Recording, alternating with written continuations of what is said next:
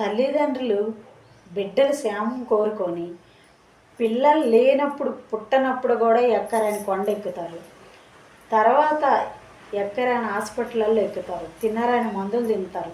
పుట్టినాక మళ్ళీ ఎక్కరని కొండలు ఎక్కుతారు వాళ్ళ క్షేమం కోసం.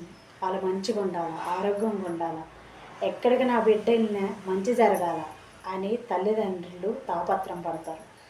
తల్లిదండ్రులకి బిడ్డలకు కొన్ని తేడా చూడండి. తల్లిదండ్రులు బిడ్డలు ముసలైపోయిన దాకైనా తల్లిదండ్రులకి పిల్లలు చిన్నోళ్ళలాగా అవుపిస్తారట. వాళ్ళ ప్రేమ వాళ్ళకు ఉంటుంది.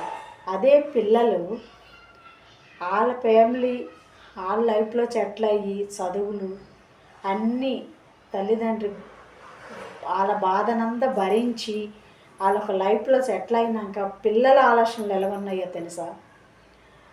వాళ్ళ భార్య వాళ్ళ పిల్లలు వాళ్ళు సెటిల్ అయ్యి పర్వాలేదని పొజిషన్కి వచ్చినప్పుడు వాళ్ళ ఆలోచన అమ్మ నాన్న మీద ఎలా ఉంటుందో తెలుసా?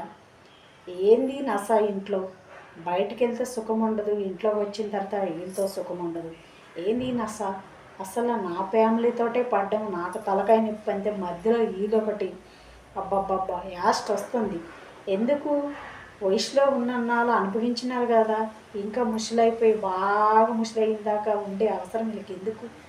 దేవుడు ఏ రోజు వీళ్ళకి చావు తెచ్చి తీసుకెళ్ళిపోతాడో కానీ బా ఇంటికి పేడ విరగడవుతుంది.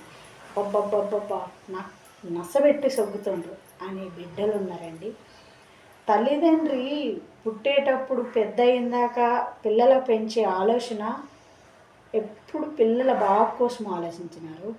పిల్లలు తల్లిదండ్రుల కోసం ఎలాగ ఆలోచిస్తుంటారు చూసారా? ఏ రోజు వాళ్ళు అనుభవించినారు కదా, ఇంకెందుకు ఉండాలి వీళ్ళు, ఇంకేం తింటారు, తిన్నప్పుడు తిన్నారు కదా, ఇప్పుడు తిని ఆరాయించుకోలేరు, ఏమీ లేదు, ఇంట్లో నసబెట్టుకొని ఉండడం తప్ప వీళ్ళతో వచ్చిన ప్రయోజనం ఏమీ లేదు. దేవుడు ఎప్పుడు తీసుకుపోతాడో ఏమో, వీళ్ళతో పెద్ద తలనొప్పిరా బాబు అనుకోని పిల్లల ఆలోచన. ఇది అవునా కాదా, రైటా కాదా?